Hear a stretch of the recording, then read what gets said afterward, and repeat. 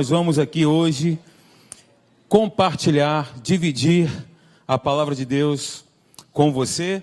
E nós esperamos, por meio da palavra de Deus, que a revelação do Espírito caia no seu coração e que você saia daqui edificado, fortalecido, exortado, consolado pelo Espírito que está dentro de você e de mim.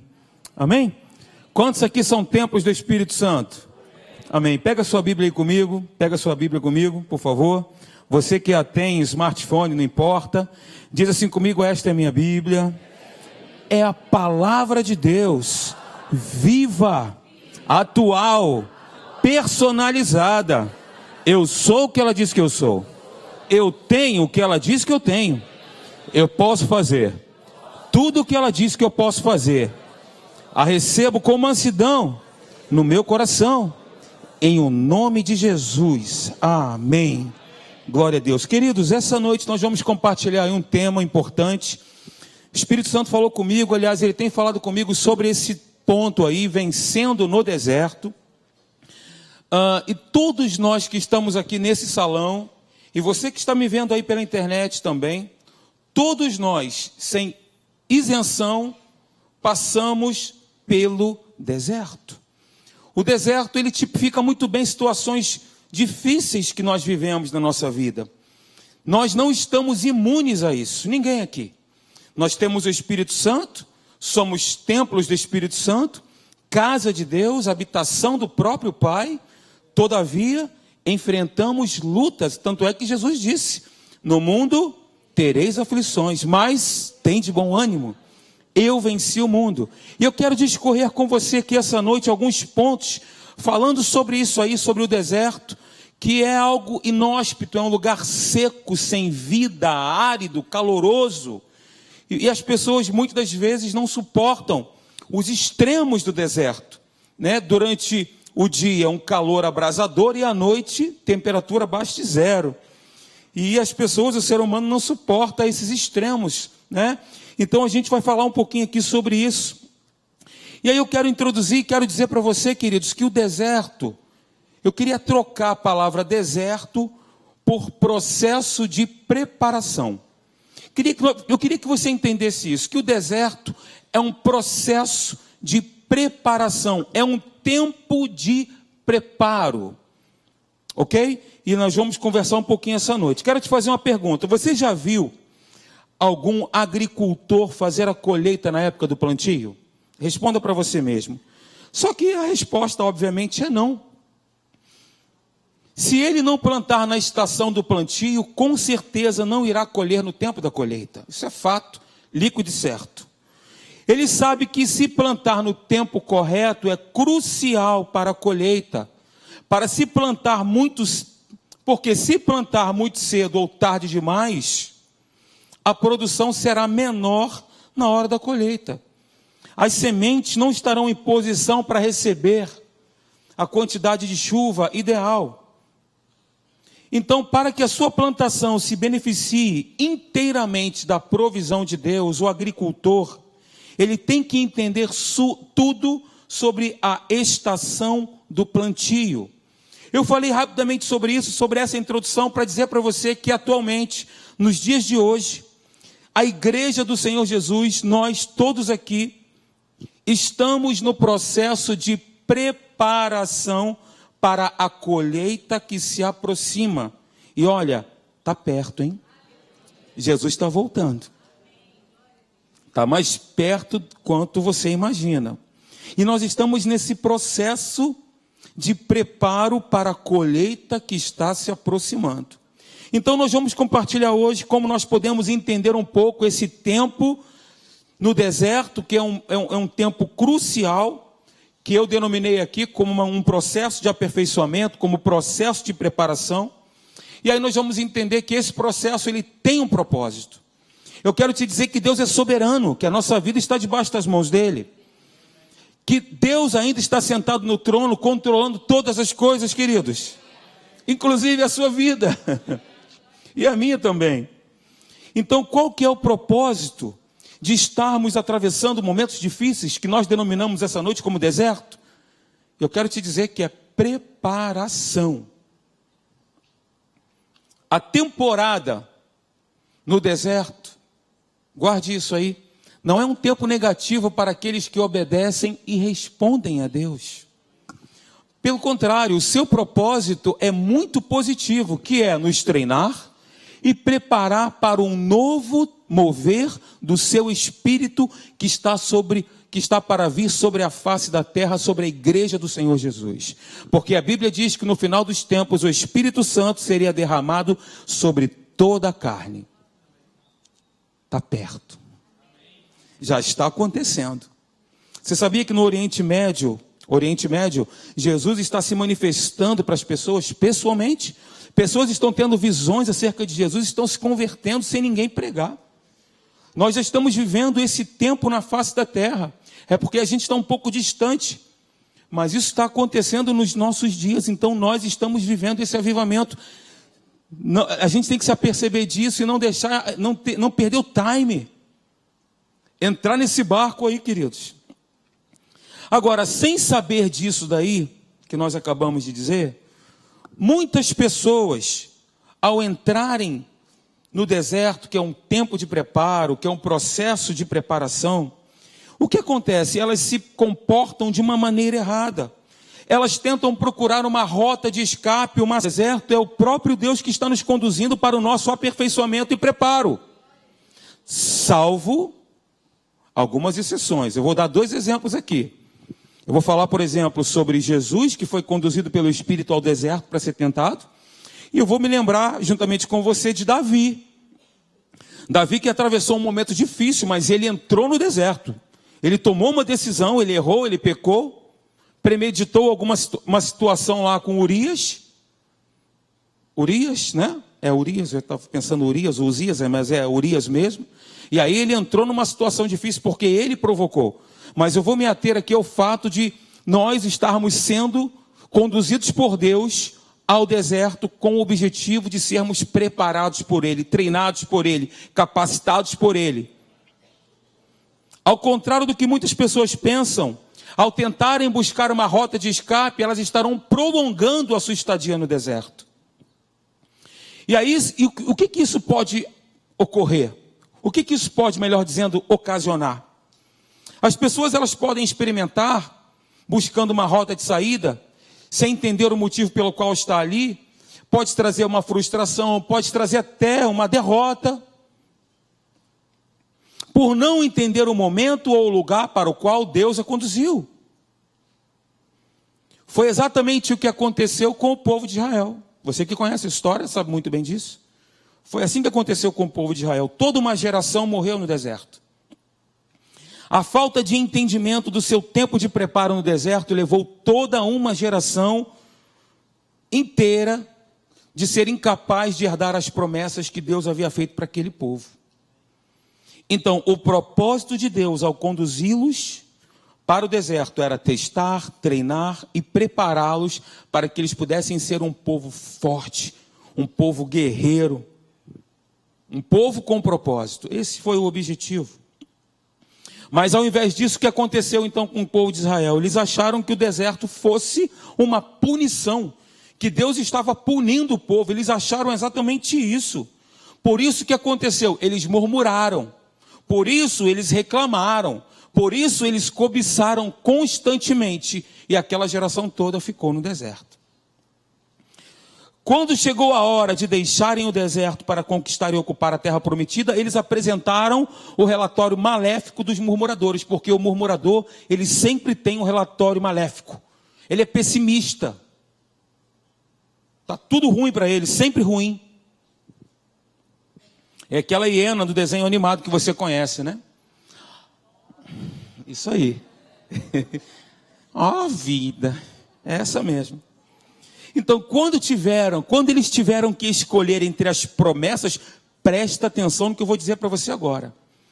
Quando o povo de Israel, quando eles tiveram que escolher entre as promessas de Deus e a sua capacidade, e a percepção do homem e a sua incapacidade, eles escolheram crer no homem ao invés de crer em Deus. Eles absorveram o relatório daqueles 10 espias, e aquilo ali impactou na vida deles ao ponto de vocês também conhecerem a história, eles ficaram no meio do caminho. Eles acreditavam que eles eram incapazes. Ora, queridos, Deus já havia dito para eles que eles possuiriam a terra. Deus havia prometido, mas eles creram que eles eram incapazes de receber uma terra que fartava leite, fartava mel. E aí o que Deus disse para ele? Tá bom, então vai ser assim como vocês estão dizendo. Vai ser assim como vocês estão crendo.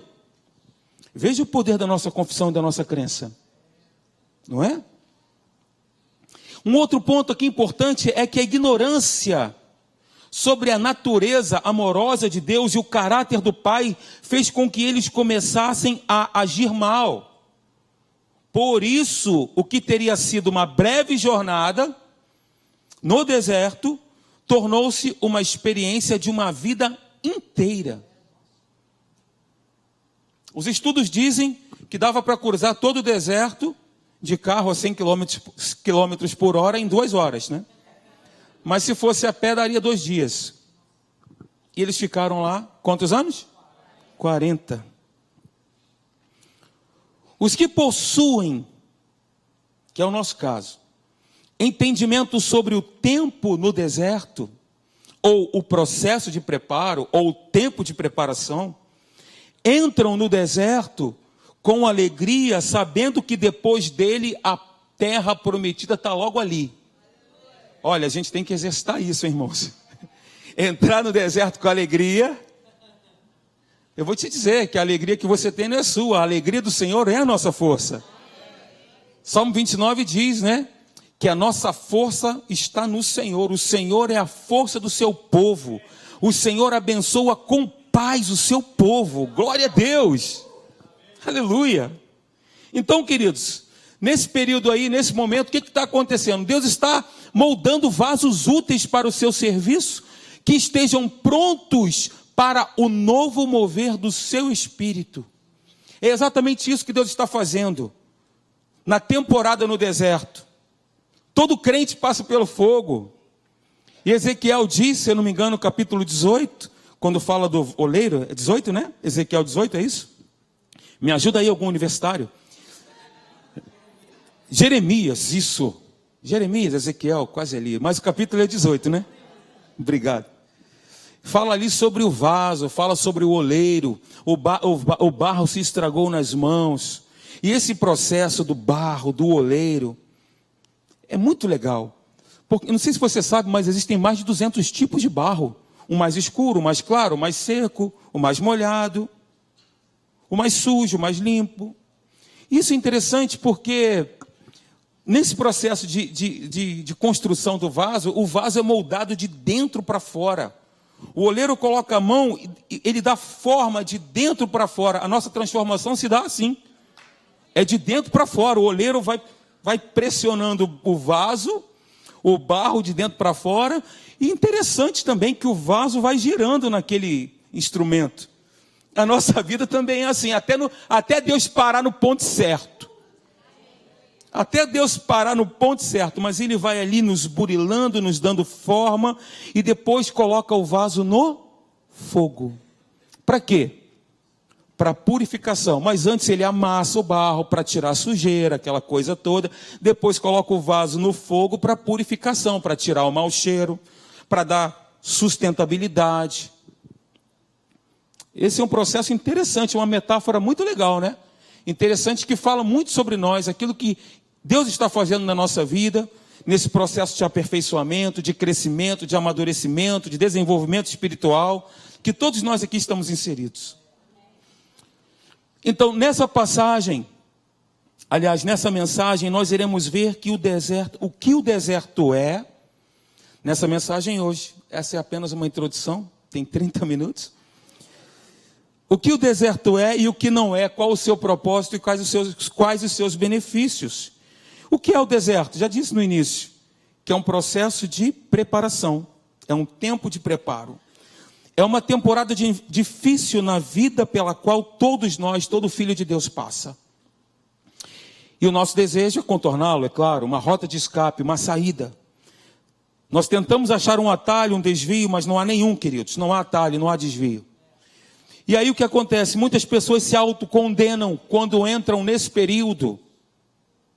Entram no processo de autocomiseração, achando que erraram ou pecaram e que não tem mais jeito, tem vergonha até de orar, de falar com Deus,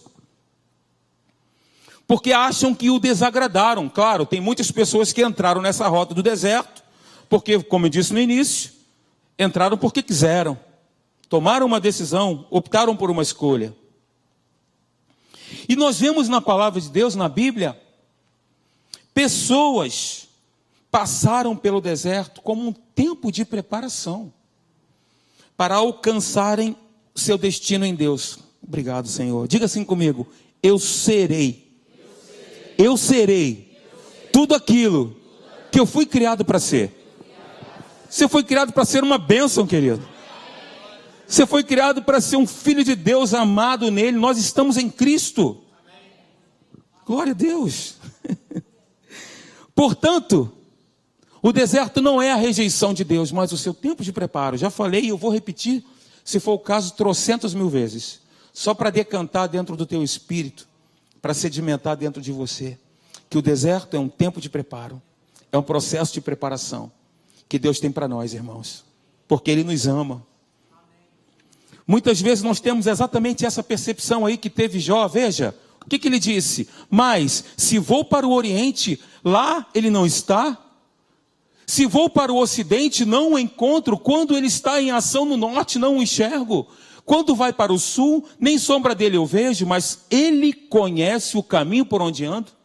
Se me puser à prova, aparecerei como ouro. Queridos, esta é uma descrição clássica do tempo de preparo, que nós estamos denominando como deserto essa noite. Jó sabia, Jó estava à procura da presença e do mover de Deus em sua vida, mas parece, só parece. Mas quanto mais busca, mais furtivo Deus lhe parece. Lembra que eu falei para você que Deus é soberano? Que Ele está sentado no trono de glória de eternidade a eternidade? Nada foge ao seu controle e comando? E a nossa vida está nas mãos dEle? Deus continua trabalhando a favor de todos nós, assim como Ele trabalhou na vida de Jó, que nós aqui sabemos o final da história.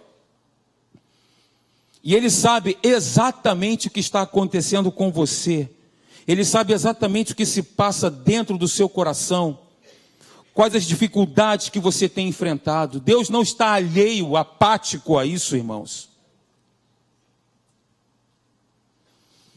Portanto, só porque a presença de Deus não esteja sendo prontamente notada, não significa que Ele não esteja ali, de fato, operando em nossa vida. E aí chega o momento em que o caráter deve ser aperfeiçoado, e é exatamente no deserto que isso acontece. É no deserto onde Deus parece estar a quilômetros de distância e suas promessas ainda mais longe. Porém, Deus está à mão. A mão significa perto, ou seja, alcançável. Porque prometeu que nunca nos deixaria. Olha aí, glória a Deus, diga assim: Ele nunca me deixará, Ele jamais me abandonará. É o que diz o texto. É o que diz o texto: nunca o deixarei, nunca o abandonarei. Podemos, pois, dizer com certeza, com confiança: o Senhor é o meu ajudador, não temerei. Aleluia! Glória a Jesus! Esse tempo de preparo é um período em que você tem a impressão de que está indo na direção contrária. E eu lembro do apóstolo Paulo, em Atos capítulo 27, o naufrágio de Paulo. Paulo estava indo para Roma, para pregar a palavra para César. E aí aconteceu toda aquela situação, o naufrágio, eu estou resumindo, é óbvio. E aí eles se salvaram, todas aquelas 276 pessoas se salvaram, caíram numa ilha chamada Malta. E naquela ilha, eles, para se aquecerem do fogo, Paulo pegou um graveto, uma áspide, uma serpente, uma cobra, prendeu na mão dele, e os nativos ficaram olhando e dizendo: esse cara aí, não é possível, ele tem um castigo sobre ele aí. Está perdido, pé frio. Ficaram ali esperando Paulo morrer, ó. Eles morreram primeiro. Não tem registro bíblico disso aí não, mas... Ou seja, vento contrário, dificuldade. O apóstolo Paulo, com tudo que ele viveu, eu compartilhei aqui numa mensagem, prossigo para o alvo, no texto em Filipenses capítulo 3, versículo 13 e 14, que ele dizia, olha, eu ainda não alcancei. Eu me esqueço, eu avanço e eu prossigo para o prêmio da soberana vocação, ou a marca celestial de Deus em Cristo. Eu estou prosseguindo, ainda não alcancei. Aquele homem que, né? Uau! O apóstolo Paulo, um terço do Novo Testamento, quem escreveu foi ele. Queridos, nesse tempo de preparo nós não vemos nenhum crescimento ou desenvolvimento. De fato, até sentimos que estamos retrocedendo. Nesse tempo de preparo, eu quero te dizer que nós temos o pão vivo que desceu do céu, que é Jesus. Nós temos a palavra, queridos. No deserto, Deus nos dá o pão de cada dia. E aí eu lembro de Israel no deserto, que Deus todos os dias sustentava o povo. Abra depois em Deuteronômio capítulo 8, você vai ver. Inclusive Jesus citou esse texto, olha, nem só de pão viverá o homem, mas de toda palavra que procede da boca de Deus. Então, aquele povo ele era sustentado pelo maná todos os dias. E se eles guardassem o maná, o que acontecia? Estragava, apodrecia. No deserto, Deus nos dá o pão de cada dia. Diga comigo, o pão de cada dia. Ele disse em Deuteronômio, olha, eu fiz vocês terem fome, mas eu sustentei vocês. Vocês passaram fome no deserto, mas eu sustentei vocês. Eu dei força, eu sustentei vocês. Mais uma vez, no deserto, Deus nos dá o pão de cada dia, melhor dizendo, Deus nos dá o pão de cada dia, e não uma abundância de coisas. É um tempo em que recebemos o que necessitamos física e materialmente, e não aquilo que nós queremos. Porque a gente quer pão com mortadela, mas Deus tem maná, gente. Eles queriam o quê? Eles queriam carne. Eu gosto de pão com mortadela. Mortadela com pistache, então, quem já comeu? Oh, louvado, glória. Você é arrebatado ao terceiro céu aqui. Quando nós estamos nesse processo de preparação, Deus sabe, irmãos, Ele tem consciência disso, Ele é o nosso Pai. Do que nós necessitamos espiritualmente, talvez não seja o que achamos que necessitamos. Deus, Ele tem o melhor alimento. Deus, Ele tem o melhor para nós. Esse deserto é um lugar seco, pode ser de sequidão espiritual, financeira, social ou física. Agora, é no deserto que o fruto do Espírito é cultivado. Ah, é. No deserto a gente aprende. Ah, meu irmão, você ora de todo o teu coração, assim como eu. Se apega com Deus de um jeito. E é no deserto que Deus dá o pão de cada dia, não uma abundância de coisas. Então, durante esse período, Deus, Ele supre as nossas necessidades. E não necessariamente os nossos desejos. Qual que é o objetivo do deserto? Mais uma vez, reforço, endosso. É o quê? Nos purificar e nos preparar. E o nosso alvo deve ser, nesse período, o seu coração, não a sua provisão. O coração do Pai e não a sua mão. Você está me entendendo? Uma intimidade com Deus, um relacionamento intrínseco com Ele. Você compreende isso? Dispara a falar em língua, querido. Liga o teu homem interior, dá a partida, manda ver. Acordou de manhã, dispara. Já entra de quinta marcha. Porque a fé, ela sabe. A fé não precisa ver nem sentir. Ela sabe. Tem uma música que eu gosto muito do Ministério Zoe que diz assim: eu piso, depois eu vejo. Eu confio, por isso é que eu vejo. Olha que legal. Eu piso, depois eu vejo. Eu confio, é por isso que eu estou vendo, porque eu me larguei em Deus, eu confio nele. Eu sei em quem tenho crido e sei que Ele é poderoso.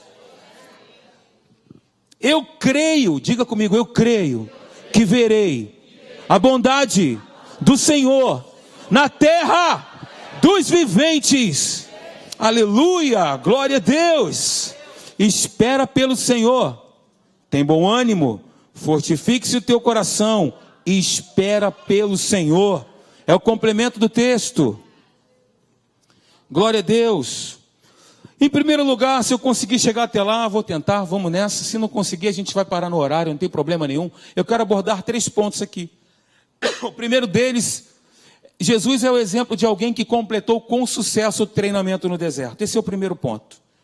Por quê? Porque em Lucas capítulo 3, versículo 22, o Espírito Santo desceu sobre Jesus, manifestando-se em forma de pomba, e a voz do Pai proclamou isso aí, ó, tu és o meu filho amado, em ti me agrado. Deus não apenas proclamou que Jesus era seu filho, mas anunciou para que todas as pessoas ouvissem que o próprio Deus estava aprovando a ele.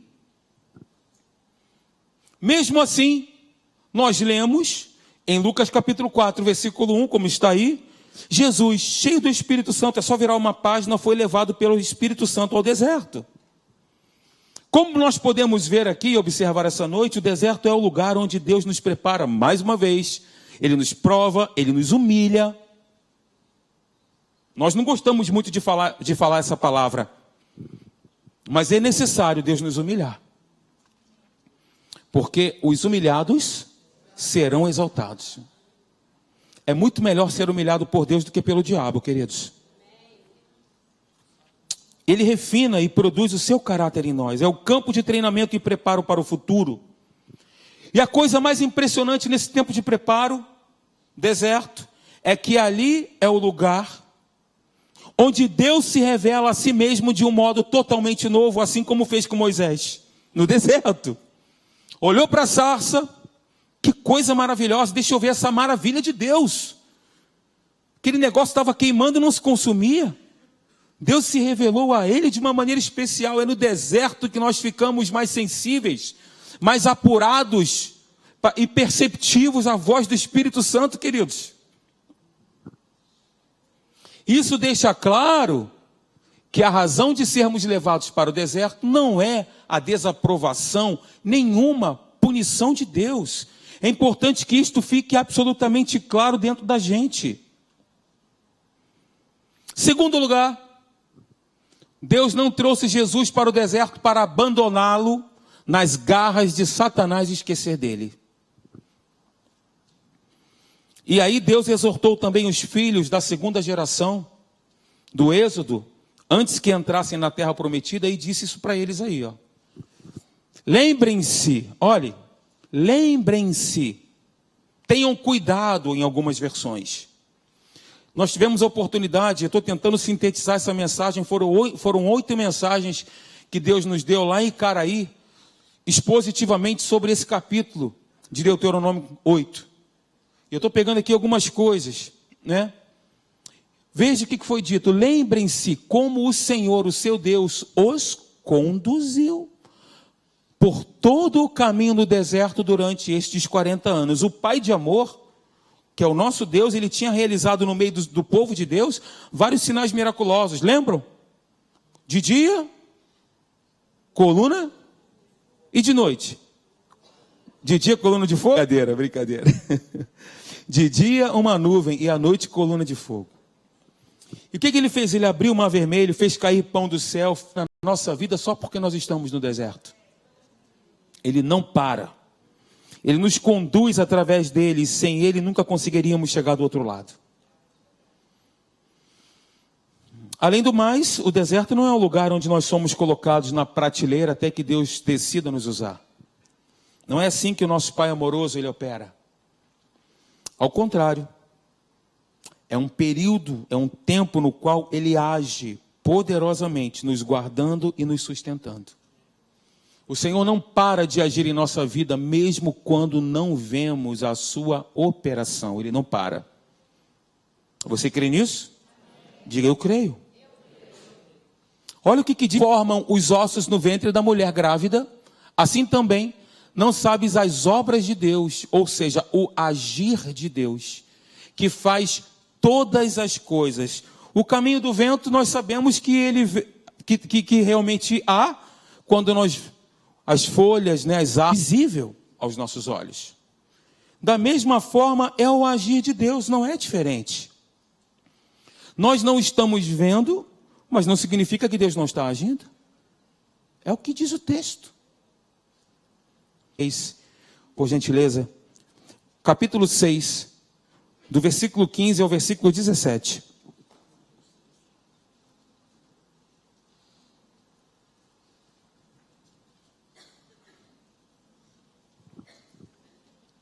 Queridos, nem sempre esse agir de Deus será visível aos nossos olhos. Porque o que o caracteriza é esta sua definição bíblica daquilo que é invisível. 2 Reis, capítulo 6, versículo 15, até o versículo... Capítulo 6, versículo 15 até o versículo 17. Acharam? Posso ler? Tendo se levantado muito cedo o moço do homem de Deus e saído, eis que tropas, cavalos e carros haviam cercado a cidade. Então, o seu moço lhe disse: ai, meu senhor, que faremos? Ele respondeu: não temas, porque mais são os que estão conosco do que os que estão com eles. Orou Eliseu e disse: Senhor, peço-te que lhe abra os olhos, para que veja. O Senhor abriu os olhos do moço, e ele viu que o monte estava cheio de cavalos e carros de fogo em redor da cidade. Não, é em redor de Eliseu. A gente não está vendo. Mas agora, nesse momento, tem uns anjos de Deus acampam-se ao teu redor. Acampam-se ao redor daqueles que temem a Deus e os livra. Agora, o que é interessante é que a forma de agir de Deus nunca foi e nunca será previsível. Veja, aquele menino não estava vendo aquela manifestação, aquela guarda. Eliseu estava sendo escoltado por cavalos e anjos de fogo, irmãos. Cavalos de fogo e anjos ali. O profeta pediu a Deus que o seu moço tivesse a revelação, a visão, para que pudesse contemplar o mundo do Espírito, e assim aconteceu. Nós, na nova aliança, nós já temos essa revelação, que além de Deus estar ao nosso redor, Ele habita em nós. Ele está em nós. Como se não bastasse estar nos guardando e nos cercando, Ele ainda decidiu fazer morada em nós. Aleluia! Morando em nós, ou seja, além de Deus estar conosco, o próprio Deus, na pessoa do Espírito Santo, habita em nós, agindo através de nós, nos dando vitória nas situações tempestuosas que nós, essa noite, denominamos como deserto. Ok? Filhinhos, vós sois de Deus. Me ajuda e diga para a pessoa do seu lado: você é de Deus. É de Deus. E tendes vencido os falsos profetas. Por quê? Porque maior é aquele que está em nós do que aquele que está no mundo. Aquele jovem teve a visão que os anjos estavam ao redor de Eliseu. E nós, por meio da palavra, temos essa revelação que Deus está dentro de nós, e maior é aquele que está em nós do que aquele que está no mundo. Ou seja, irmãos, nós temos tudo o que nós precisamos para vencer todas as batalhas. Todas as batalhas, todas. Você não foi chamado para ser perdedor. Abra sua Bíblia de Gênesis e Apocalipse, você não vai ver essa mensagem. Uma mensagem de derrota, de fracasso, de frustração, de falência. Você não vai ver, porque não tem. Porque a Bíblia diz que em Cristo Jesus nós somos mais do que vencedores. Aleluia! Nós somos mais do que vitoriosos. Aleluia! Glória a Deus! Em primeiro lugar, então, relembrando, Jesus completou com sucesso o treinamento no deserto. Eu estou animado, estou até gritando hoje. Não costumo pregar assim. Porque essa palavra mexeu comigo, está mexendo comigo. Só nós sabemos o sapato que nós calçamos, irmãos. Nós, pastores, nós não estamos isentos, né? Então, relembrando, em primeiro lugar, Jesus completou com sucesso o treinamento no deserto. Segundo lugar, Deus não trouxe Jesus para o deserto para abandoná-lo. nas garras de Satanás e esquecer dele. Em terceiro lugar, o deserto não é um lugar de derrota. Diga comigo, o deserto não é um lugar de derrota. Pelo menos não para aqueles que obedecem e respondem a Deus. Tem que responder a Deus, irmãos. Tem que responder. Mesmo que você não tenha sido a causa principal ou não tenha provocado, vai lá e se reconcilia, cara. Tá me ouvindo aí na internet? É para você isso, hein? E para mim também. Jesus derrotou o inferno com a palavra revelada e com a consciência de quem ele era.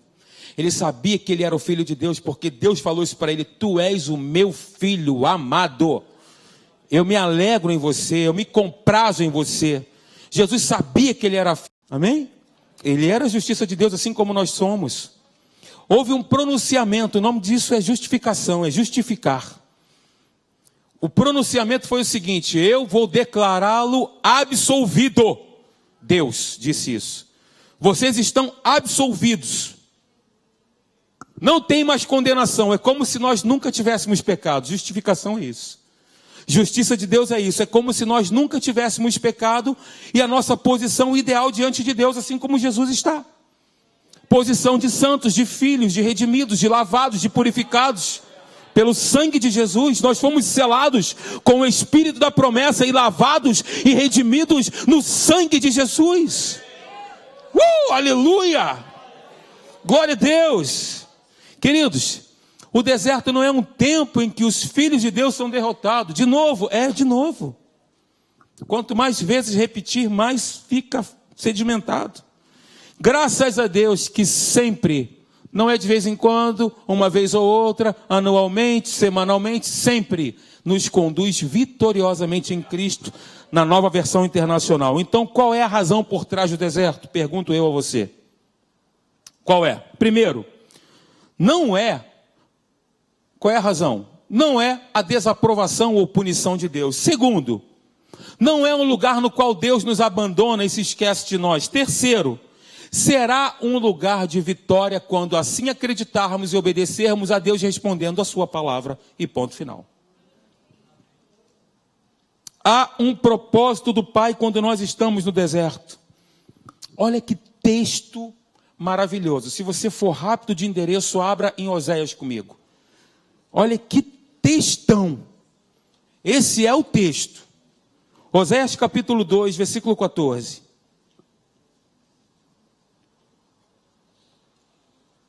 Eu queria que você acompanhasse na sua versão, por isso que eu pedi para você abrir sua Bíblia.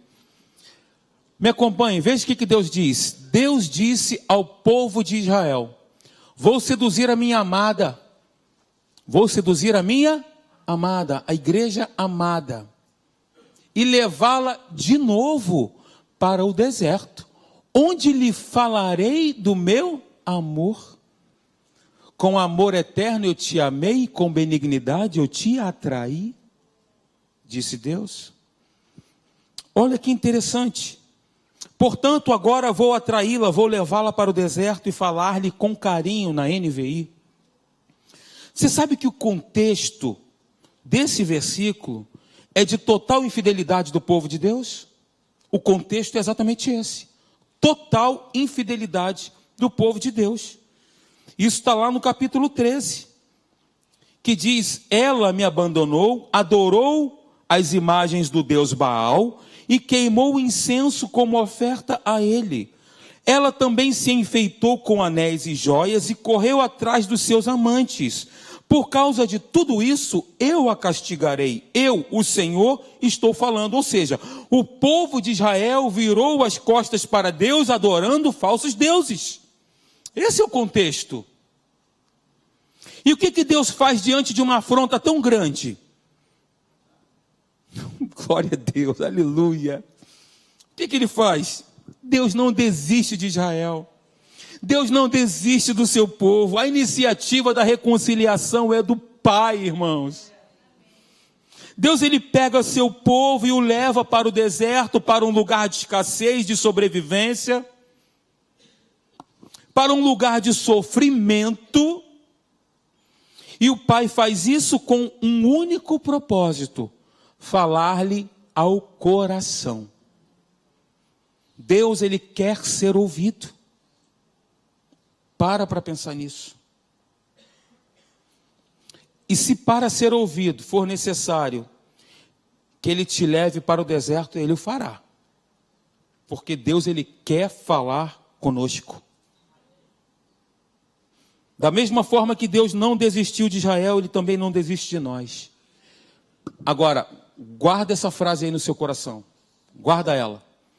O nosso deserto, talvez, seja a manifestação mais clara de que Deus não desistiu de nós. Mas eu estou no deserto.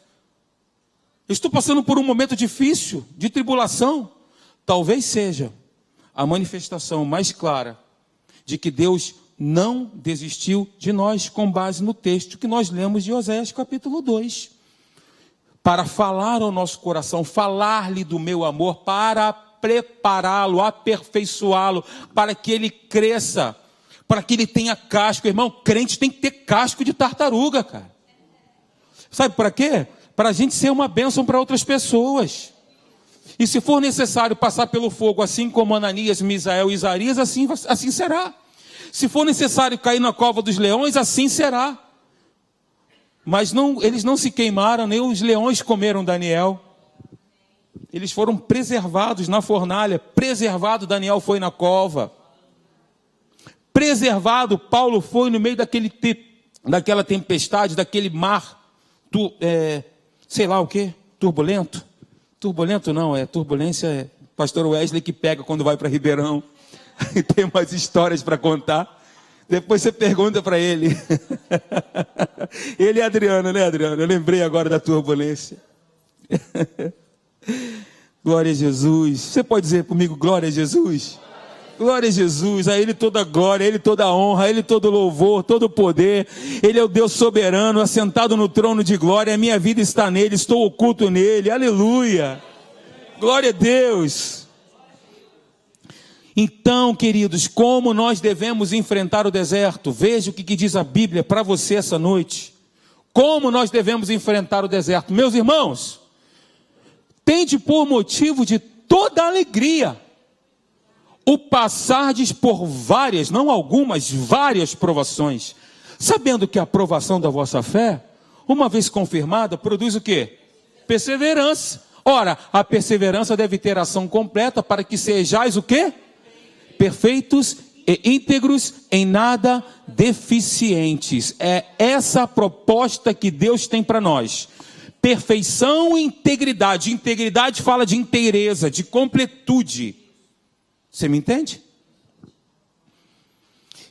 O sentido do texto de Tiago é que nós... Podem vir os músicos, por favor? É que nós estamos sendo treinados por Deus.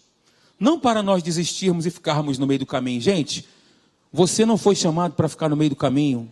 Não entrega a toalha, não bate no tatame. Não desista. Para não sermos deficientes em alguma área das nossas vidas. E esse cuidado de Deus seria para produzir em nossos corações essa perseverança. Seria para fazer com que nós nos tornássemos cristãos maduros e não crianças na fé. Amém? Quantos crentes maduros temos aqui essa noite? Cristãos maduros em Jesus, crentes em Jesus, maduros, processo de crescimento, desenvolvimento. Estamos nesse tempo, irmãos, de preparação, vasos úteis para sermos usados por Deus para os tempos que estão por vir, para os tempos que estão se aproximando. Deus vai te usar muito aonde você trabalha. Deus vai usar muito você aonde você está, no meio da sua família, com os seus familiares. Você vai ser um ponto de apoio, uma coluna da verdade. Amém? Vamos ficar de pé, por favor. Obrigado, Jesus. Quantos foram aqui edificados com a palavra de Deus? Aleluia. Diga obrigado, Senhor. Faz a sua oração aí de agradecimento. Agradeça a Deus. O Espírito Santo, Ele sempre fala, Ele sempre se revela a nós de uma maneira especial, maravilhosa. Santo Espírito, nós te louvamos, nós te glorificamos pelo teu mover, pela tua ação nos nossos corações, nos sedimentando, arraigando-nos em ti. Que as nossas raízes sejam profundas em ti, Senhor.